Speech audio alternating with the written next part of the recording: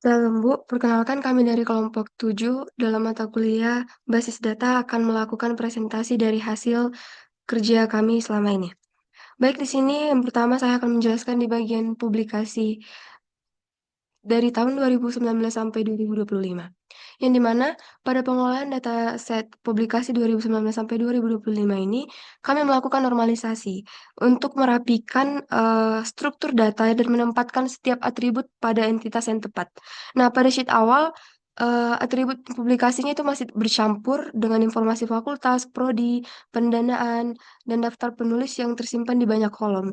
Sehingga banyak data tidak atomik dan sering tidak konsisten karena adanya new line, tab, serta spasi yang berlebih.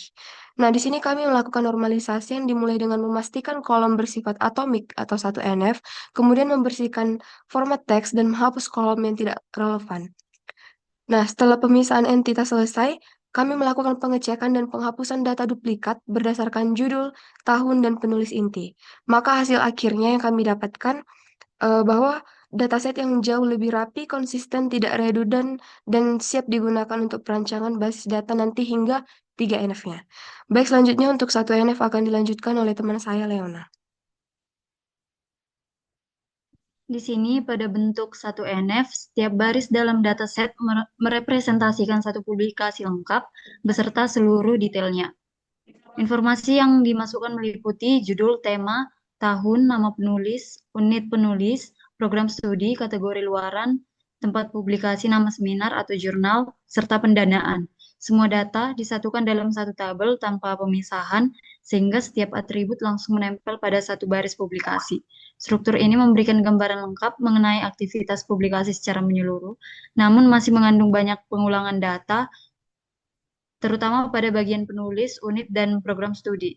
Selanjutnya, pada tahap 2NF, struktur datanya diperbaiki dengan menghilangkan partial dependency dan memastikan bahwa seluruh atribut non-key bergantung pada sepenuhnya kunci utama, yaitu ID publikasi yang bersifat unik. Dengan adanya ID ini, data seperti judul, tahun program, dan tempat nama seminar terkait langsung pada satu publikasi tertentu. Informasi yang berulang-ulang seperti identitas penulis dipisahkan ke tabel lain agar tidak terjadi redundansi.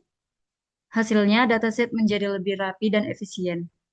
Selanjutnya akan dilanjutkan oleh teman kami, Esther.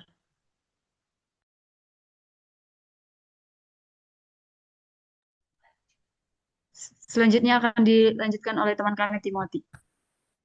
Oke, terima kasih atas kesempatannya. Nah, di sini pada set percobaan 3NF, data publikasi telah disusun dalam bentuk yang jauh lebih terstruktur setelah melalui proses normalisasi dari sheet awal. Pada tahap ini, atribut-atribut yang sebelumnya bercampur dalam satu baris, seperti judul, publikasi, daftar, penulis, tema, jenis luaran, indeksasi, pendanaan, seminar, hingga afiliasi dosen telah dipisahkan sesuai entitasnya masing-masing.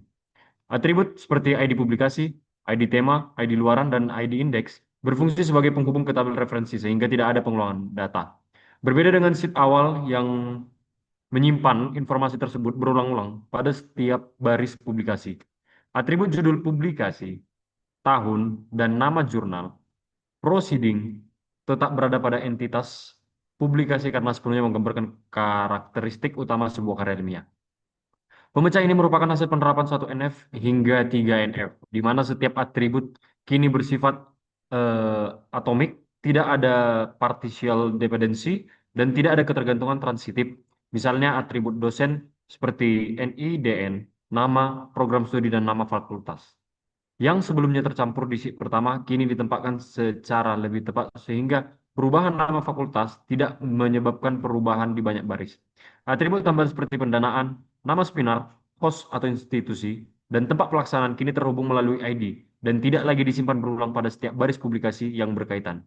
Hasil dari struktur ini adalah dataset yang lebih rapi, mudah dipelihara, bebas duplikasi, dan ideal untuk implementasi basis data relasional karena setiap atribut telah ditempatkan pada entitas yang tepat dan hubungan antar data dapat dikelola secara konsisten melalui penggunaan ID referensial. Selanjutnya, bakal masuk ke dalam bagian IRD dan akan dijelaskan oleh teman saya, Esther. Baiklah, di sini saya akan lanjut untuk menjelaskan di bagian IRD yang sudah kami buat. Nah, pada bagian IRD ini menggambarkan rancangan basis data untuk pengelolaan publikasi dosen yang telah dinormalisasi agar data lebih rapi dan tidak redundan dan mudah dikelola. Nah, adapun pada setiap publikasi, di sini entitas utamanya itu adalah publikasi yang dimana menyimpan informasi seperti judul, tahun, dan lain-lain. Nah, pada bagian ini nanti setiap publikasi ditulis oleh seorang dosen dan kemudian setiap dosen memiliki identitas seperti ini, NIDN, dan juga ID Prodi. Begitu juga dengan tema yang memiliki atribut seperti berikut, luaran, dan juga indeks. Nah, selanjutnya, secara keseluruhan, IRD ini menunjukkan alur data publikasi mulai dari dosen, prodi, fakultas, dan juga karakteristik publikasinya sehingga memastikan integritas data dan menghindari duplikasi informasi. Baiklah Bu, demikianlah mungkin yang bisa kami jelaskan dari kelompok 7. Mohon maaf apabila ada kesalahan. Sekian Bu, terima kasih.